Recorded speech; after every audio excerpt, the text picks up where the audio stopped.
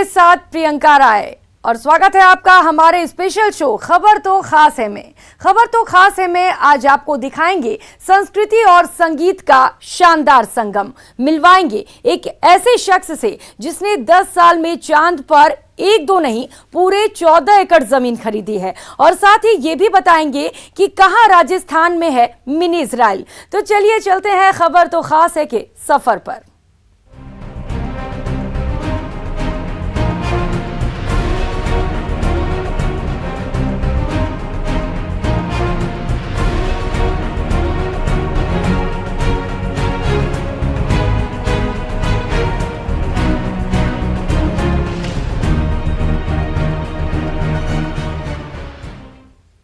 खबर तो खास है में सबसे पहले बात झुंझुनू के ऐसे शख्स की जिसने चांद पर एक दो नहीं बल्कि पूरे 14 एकड़ जमीन खरीद ली है। खास बात यह है कि वो आज से नहीं बल्कि पिछले 10 साल से चांद पर जमीन खरीद रहे हैं।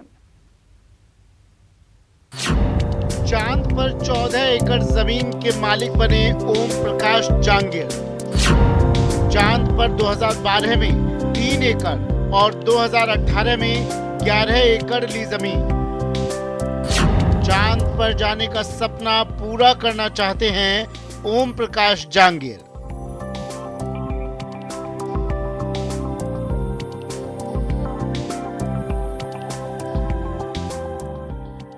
झुंझुनू के इस्लामपुर के रहने वाले ओम प्रकाश जांगीर जिन कागजातों को उलट रहे हैं वो कागजात जमीन की रजिस्ट्री और उसके नक्शे से जुड़े हैं। और खास बात यह है कि ये जमीन धरती पर नहीं बल्कि दूर आसमान में धरती का चक्कर लगा रहे चांद पर है। ये हम लोग 2012 में यूएस में थे तो वहाँ की पब्लिक जो ले रही थी लूनार प्रॉपर्टी के अंदर, तो हम लोगों ने भी वहीं से ऑनलाइन कर दिया। पहले 3 एकड़ खरीदी थी, उसके बाद में 11 एकड़ खरीदी है। सुशांत नियरेस्ट सुशांत राजपूत के नजदीक में एकदम ब्लॉक टच है।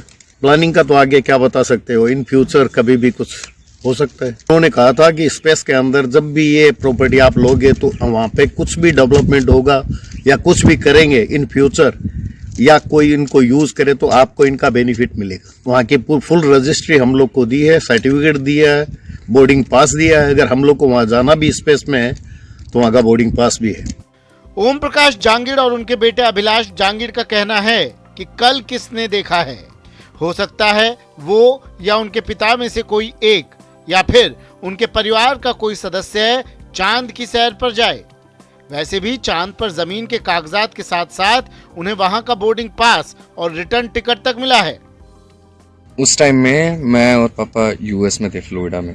तो वहाँ पे लूनर सोसाइटी ने एक अनाउंसमेंट किया था कि वो लैंड सेल कर रहे हैं वहाँ पे मून पे। तो फिर हम लोगों को भी थोड़ा सा वो मतलब इच्छुक हुए कि हाँ ठीक है, क्या है कैसे है। तो हम लोगों ने ज़मीन खरीदी वहाँ पे। तो फिर हमारे वो ज़मीन के पेपर्स वगैरह आए और फिर हम लोगों ने उसके साथ में बोर्डिंग पास वगैरह है, रिटर्न टिकट्स वगैरह हैं, वो सब है। तो इन केस अगर फ्यूचर में जाना होता है तो प्रोबेबली मोस्ट लाइकली हम लोग जाने का विचार करेंगे कि क्या है कैसे है, क्योंकि चांद पे बहुत कम लोग गए हैं इसलिए। चांद पर 2 जगह ओम प्रकाश जांगीर ने जमीन खरीदी है। खास बात यह है कि सी ऑफ मस्कोवी में जहां उन्होंने जमीन ली है वहां दिवंगत फिल्म अभिनेता सुशांत सिंह राजपूत ने भी जमीन ली थी। कृष्ण सिंह शेखावत, न्यूज़ 18 राजस्थान। अब बात बाड़मेर के उस कलाकार की जिनकी कला की तारीफ तो हर कोई करता है, लेकिन मार्केटिंग ना हो पाने की वजह से उनकी कला अब खोने के कगार पर है।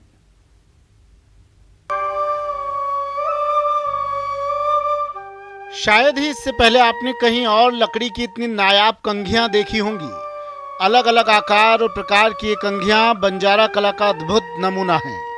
बाड़मेर में ऐसी कंघियां बनाने वाले कलाकार अब गिनती के बचे हैं और उन्हीं कलाकारों में एक हैं मांगीलाल, जो लकड़ी की कंघी के अलावा लकड़ी से बेलन से लेकर वाद्य यंत्र खड़ताल तक बनाने में माहिर हैं। बचपन से बना रहा हूँ हम कंघी। लकड़ी से तो कंघी बनाते हैं, कंगा बनाते हैं, लिखा बनाते हैं, लिखाला बनाते हैं और बेलन चकले बनाते हैं, खुरताला बनाते हैं कोई लकड़ी आती है शीशम की तो अच्छी लकड़ी है तो उसको मैं मढ़ता हूँ। मांगीलाल कहते हैं उन्होंने अपने पिता से लकड़ी से तरह तरह के सामान बनाने की कला सीखी है। एक जमाने में उनके बनाए सामानों की खूब बिक्री होती थी, लेकिन अब इन्हें खरीदने वाला कोई नहीं है और इस वजह से इनकी ये कला अब खोने के कगार पर है। और हम बनाते हैं, परंपरा बनाते हैं, आज के नहीं है, परंपरा बनाते हैं। पहले तो साहब खूब बिकती थी, अब इसकी इतनी वैल्यू तो है नहीं। अब बनावा तो क्या है कि इनमें कोई बिकती तो है नहीं। हाँ ठीक है, बैठे बनावा, हाँ तो हमारी ये रोजी तो यही है, पर रोजी बंद हो। सरहदी जिला बाड़मेर राजस्थानी हस्तशिल्प का गढ़ रहा है। यहाँ के हस्त निर्मित बेडशीट, कुशन कवर और अजरख की मांग विदेशों तक में है। और रही बात लकड़ी की इन कंघियों की, तो यह अद्भुत और अद्वितीय है, लेकिन अफसोस कि इस कला पर प्लास्टिक का ग्रहण लग चुका है। ऐसे में अगर सरकार ने इनकी मदद नहीं की तो फिर ये कला सिर्फ किताबों में पढ़ने को मिलेगी। प्रेमदान, न्यूज़ 18, बाड़मेर। जोधपुर में नॉर्थ जोन कल्चर सेंटर और राजस्थान संगीत नाटक अकादमी की ओर से रंगारंग आदिवासी लोक नृत्य समारोह का शानदार समापन किया गया।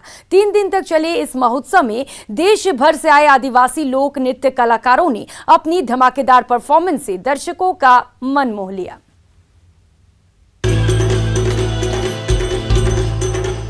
ये आदिवासी संगीत,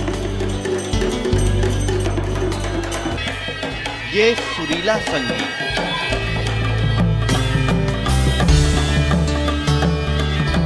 ये पारंपरिक नृत्य,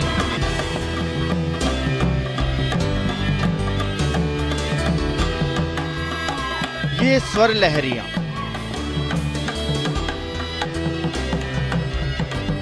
ये अनूठी कला। कला का एक ही मंच जब ऐसे सुरीले और शानदार रंगों से सजा हो तो फिर देखने वाले क्यों ना झूम उठें। इसी खूबसूरत और रंगारंग शाम के साथ जोधपुर में 3 दिवसीय आदिवासी नृत्य समारोह का शानदार समापन हो गया। लेकिन समारोह की आखिरी शाम को 14 राज्यों के कलाकारों ने अपनी कला से यादगार बना दिया। हम लोग को इनवाइट किया और इतना सुंदर मंच दिया। हम लोग बहुत खुश है, बहुत आभारी है और हम लोग गर्व फील करते हैं कि हम लोगों को इतना बड़ा मंच मिला। और एज अ डांसर और कोरियोग्राफर रिप्रेजेंट कर रहा हूँ उत्तराखंड को। बैक डांसर में हम फर्स्ट टाइम यहाँ पे आए हैं, बहुत अच्छा लगा हमें। बहुत अच्छा लग रहा है और हम अपने उत्तराखंड को प्रेजेंट कर रहे हैं। जो लुप्त हुई चीज़ें हैं हम उसको दिखा रहे हैं, जो कि वो सदाबहार रहे। बहुत अच्छा लग रहा है। यहाँ पे ट्राइबल डांस में हमने परफॉर्म किया, बहुत अच्छा लग रहा है। हम गुजरात से आए हैं। डांग जिला जो ट्राइबल के लिए फेमस है, वहाँ से हम हमारा कल्चर का नृत्य प्रेजेंट करते हैं। जोधपुर के जयनारायण व्यास स्मृति भवन में 3 दिनों तक इस महोत्सव में त्रिपुरा का होजीगिरी नृत्य, लद्दाख का फ्लावर, छत्तीसगढ़ का गौड़मारिया, आसाम का बोडोई सिकला, उड़ीसा का गौड़ा, जम्मू कश्मीर का गोजरी, हिमाचल का किन्नौरी नाटी, राजस्थान का गरसिया, सिक्किम के तमांग फेलो, उत्तराखंड का तांडी, महाराष्ट्र का सोनगी मुखोटे, तेलंगाना का लंबाड़ी, मध्य प्रदेश का गुडुम्बाजा और गुजरात के डांगी डांस ने समा बांध दिया। संस्कृति मंत्रालय का जो मैंडेट है उसको पूरा करने की हम लोग भरसक कोशिश करते हैं और कोरोना काल में हमारी कोशिश थी कि ज़्यादा से ज़्यादा कलाकारों को हम कुछ काम दे सकें, उनकी कला को जो है देश और विदेश तक पहुंचा सकें। इसमें 14 टीमें हैं जिसमें 250 से ज़्यादा कलाकार भाग ले रहे हैं। इसमें सभी कलाकारों को जो है वो रहने की और आने जाने की सुविधा है वो राजस्थान संगीत नाटक अकादमी द्वारा की गई है। ये जो है ये अपने आप में ऐसा लगा कि लघु भारत की तस्वीर जोधपुर में उतर आई है। ऐसे कार्यक्रम बहुत रेयर मिलते हैं और सबसे बड़ी बात है कि इनकी कार्यक्रम प्रस्तुति की जो कोरियोग्राफी है, जो संयोजन है, वो लाजवाब है। इस महोत्सव में 3 दिनों तक आदिवासी अंचल की जीवंत झलक देखने को मिली। अलग अलग राज्यों से आए कलाकारों ने संस्कृति और संगीत के संगम से विविधता में एकता का सुरीला संदेश दिया। रंजन देव, न्यूज़ 18 राजस्थान, जोधपुर। फागुन का महीना चढ़ते ही लोग होली के त्योहार की तैयारियां शुरू कर देते हैं। इसी के तहत जोधपुर में भी महिलाओं और पुरुषों ने होली के लिए अपनी तैयारियां शुरू कर दी हैं। होली भले ही 18 मार्च को है, लेकिन इसका रंग अभी से सब पर चढ़ा हुआ है और ये रंग सब पर दिखाई दे रहा है।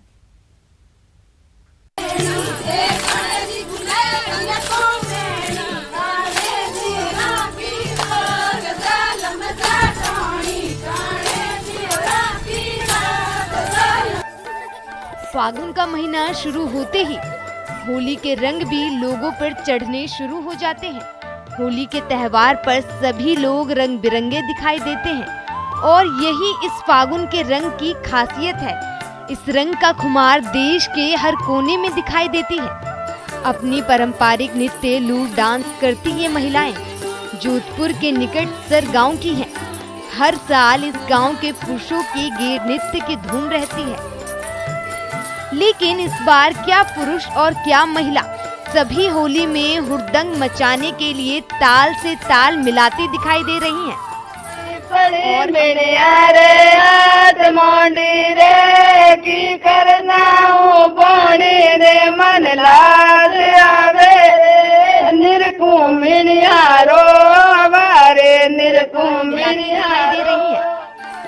और और अपनी पारंपरिक नृत्य को करने की खुशी महिलाओं के चेहरों पर भी साफ दिखाई दे रही है, क्योंकि ये सिर्फ नृत्य नहीं बल्कि अपनी पारंपरिक नृत्य को बचाने की कोशिश भी है। होली के 5-6 दिन पहले ये तैयारी करने लग जाते हैं। जो होली के लास्ट वाले दिन सब गांव में फरती है और ढूंढ होती है, उन करके जाके सब गीत गाती है और ताले बजाते। कोविड महामारी के बाद होली पर इस बार ग्रामीण इलाकों में जमकर लोग एक दूसरे को रंग लगाने वाले हैं। सरगांव में महिलाओं का लूट नृत्य होगा और अपने नृत्य के लिए महिलाएं बहुत मेहनत भी करती दिखाई दे रही हैं। होली पर इस बार रंगों के साथ लूर और गैर नृत्य की भी धूम होगी। अगर आप भी चाहते हैं इस लूर डांस का आनंद, तो चले आइए जोधपुर से महज 30 किलोमीटर दूर सरगांव और लीजिए आनंद। इस होली पर बनाइए अपनी होली कुछ खास। रंजन दवे, न्यूज़ 18 राजस्थान, जोधपुर। और अब बात डूंगरपुर के उन दिव्यांगजनों की जो वेस्ट फूलों से हर्बल गुलाल बना रहे हैं। खास बात यह है कि यह हर्बल गुलाल बाजार में मिलने वाले दूसरे हर्बल गुलाल से काफी सस्ता है।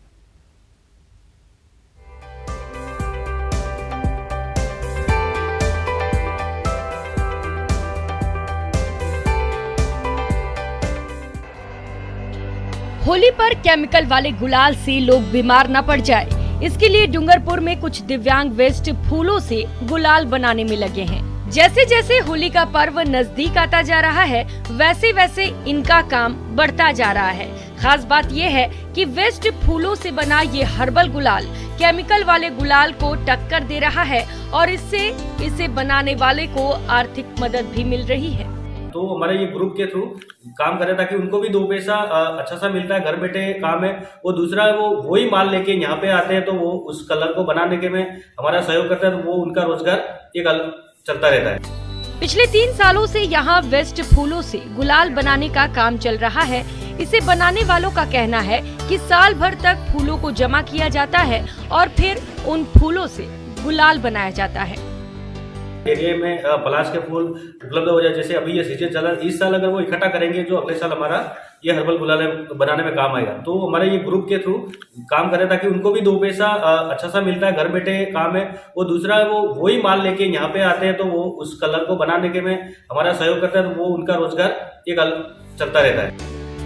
यहाँ बने गुलाल 20 रुपए प्रति 100 ग्राम के हिसाब से बेचा जाता है, जो बाजार में उपलब्ध दूसरे गुलाल से 40 से 60 रुपए सस्ता है। सस्ता होने की वजह से यहाँ बने गुलाल की खूब बिक्री होती है और उससे यहाँ काम करने वाले दिव्यांगजनों को बड़ी आर्थिक मदद मिल जाती है। जयेश पवार, न्यूज़ 18 राजस्थान, डूंगरपुर।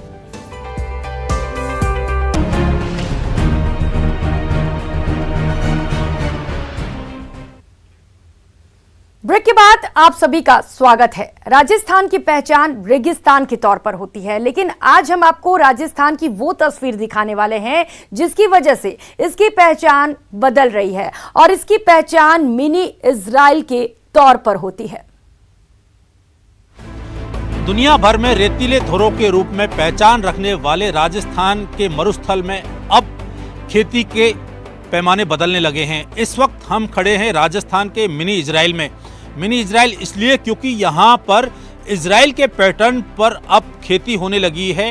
गुढ़ा कुमावतन और बसेड़ी पंचायत के बाहर खेतों में बने इन तंबुओं के नीचे आधुनिक तकनीक से जो खेती हो रही है, उसी खेती ने इस इलाके को मिनी इजराइल बना दिया है। यूं तो 4000 वर्ग मीटर में बनने वाले पॉली हाउस की लागत करीब 38 लाख रुपए आती है, लेकिन इन किसानों को सब्सिडी के तौर पर 23 लाख रुपए सरकार से मिल जाते हैं। साथ ही पहली बार पॉली फार्मिंग पर राज्य सरकार की ओर से 2,80,000 रुपए की सब्सिडी बीज और खाद के लिए भी दी जाती है। यानी कि किसानों को एक पॉली हाउस पर करीब 15 लाख रुपए खर्च करने होते हैं। हमने ये सेटअप जैसे गवर्नमेंट की स्कीम के द्वारा तैयार किया हुआ है, तो इसमें ये 38 लाख रुपए की पूरी कॉस्ट होती है, जिसमें 23 लाख रुपए गवर्नमेंट का शेयर होता है और 15 लाख रुपए फार्मर शेयर होता है। तो इसमें हमको गवर्नमेंट तैयार करवा के फिर देती है। हम इसमें मोस्टली जो है पोलियोस में खीरे की खेती करते हैं और खीरा जो है हम इसमें साल में 2 बार क्रॉप लेते हैं, एक गर्मी की और एक सर्दी की। तो इसमें लमसम इसका जो प्रोडक्शन हमारा आता है वो गर्मी और सर्दी दोनों का मिला के 100 टन के आसपास आता है। पॉली हाउस किसानों का कहना है कि खीरे की फसल से एक साल में उन्हें करीब 15 लाख रुपए का फायदा होता है। यहाँ के पॉली हाउस में खीरे के अलावा स्ट्रॉबेरी, ब्रोकली, मटर, शिमला मिर्च जैसी सब्जियों की भी खेती होती है। खास बात यह है कि इन फसलों की सिंचाई और पॉली हाउस में टेम्परेचर मेंटेन रखने के लिए बिजली की व्यवस्था भी यहीं की जाती है। ये बरसात का पानी इकट्ठा होता है, इधर देखो ये पॉली हाउस से, तो इसमें पानी आने के बाद में एक फसल इस पानी से आराम से हो जाती है। इसमें अच्छा हमारा गुजारा चल जाता है। सोलर लगा रखे हैं, सोलर से हम पानी देते थे। रात को लाइट आती है और दिन को भी नहीं आती है, रात को आती है तो हम दिन में इसमें सोलर से पानी दे देते हैं। ये पौंड का पानी है, इसको हम सोलर के द्वारा इसमें सप्लाई कर देते हैं और रिचार्ज हो के वो फालतू पानी होता है वो भी वापस इसमें आ जाता है। बरसात का पानी सारा आके इसमें इकट्ठा होता है और इससे साल भर हमारा काम चल जाता है। मतलब साफ है, यहाँ के किसानों की किस्मत बदलने में उनकी मेहनत के साथ साथ सरकार की दूरदर्शिता और सहयोग का महत्वपूर्ण योगदान है। पॉली हाउसेज का ही नहीं, साथ में माइक्रो इरिगेशन भी है, साथ में सोलर पंप्स भी हैं और साथ में उन पॉली हाउसेज के ऊपर से या खेत के आसपास का पानी बरसात के दौरान बहता है वो सारे इकट्ठा करने के लिए फार्म पॉन्ड्स भी हैं। तो इन सारी जो तकनीक है इनका समावेश होने से उस एरिया में बहुत बेहतरीन प्रोडक्शन होने लगा और अच्छी आय मिलने लगी। जमीन कैसी भी हो, मौसम कैसा भी हो, अगर तकनीक और सरकार का साथ मिल जाए तो फिर किसानों की किस्मत बदलते देर नहीं लगती। जयपुर के ये किसान भी उन्हीं किसानों में शामिल हैं जो सालाना अपनी मेहनत से लाखों रुपए कमा रहे हैं। जो किसान ये खेती कर रहे हैं, जो किसान ये कंसेप्ट अपना रहे हैं, उस कंसेप्ट से ये क्लियर है कि जिस तकनीकी से ये खेती की जा रही है वो किसानों के फायदे का सौदा है। कैमरा पर्सन भवानी सिंह के साथ राकेश शर्मा, न्यूज 18 राजस्थान, जयपुर। कोरोना काल में कोरोना मरीजों के जो ऑक्सीजन कंसंट्रेटर बैंक बनाए गए थे, अब वहां से दूसरे गंभीर किस्म के मरीज जिनका घर पर इलाज चल रहा है वो फ्री में ऑक्सीजन कंसंट्रेटर अपने घर ले जा सकते हैं।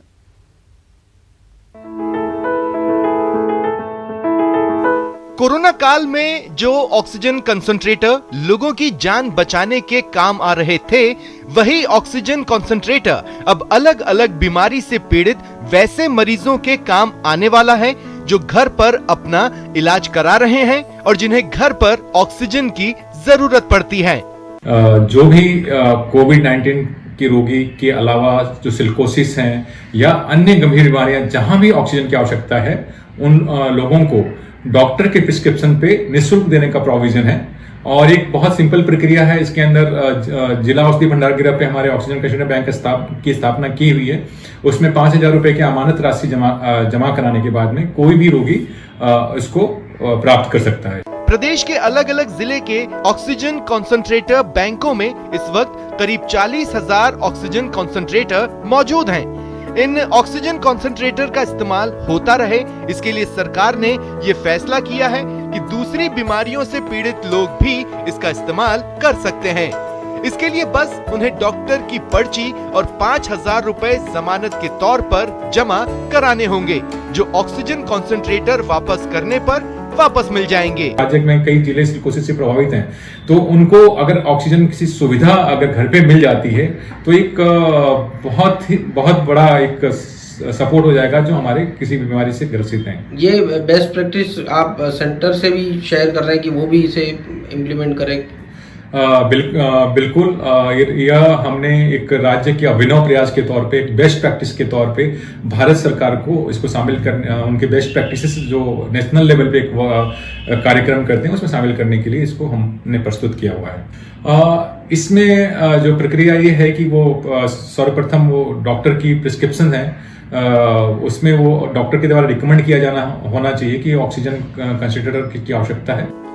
आपको बता दें कि कोरोना काल में जिस वक्त ऑक्सीजन के लिए मारामारी मची थी, उस वक्त राज्य सरकार ने ऑक्सीजन प्लांट बनाने के साथ साथ अलग अलग जिलों में ऑक्सीजन कॉन्सेंट्रेटर बैंक की भी स्थापना की थी, जिसका अब इस्तेमाल करने की योजना बनाई गई है।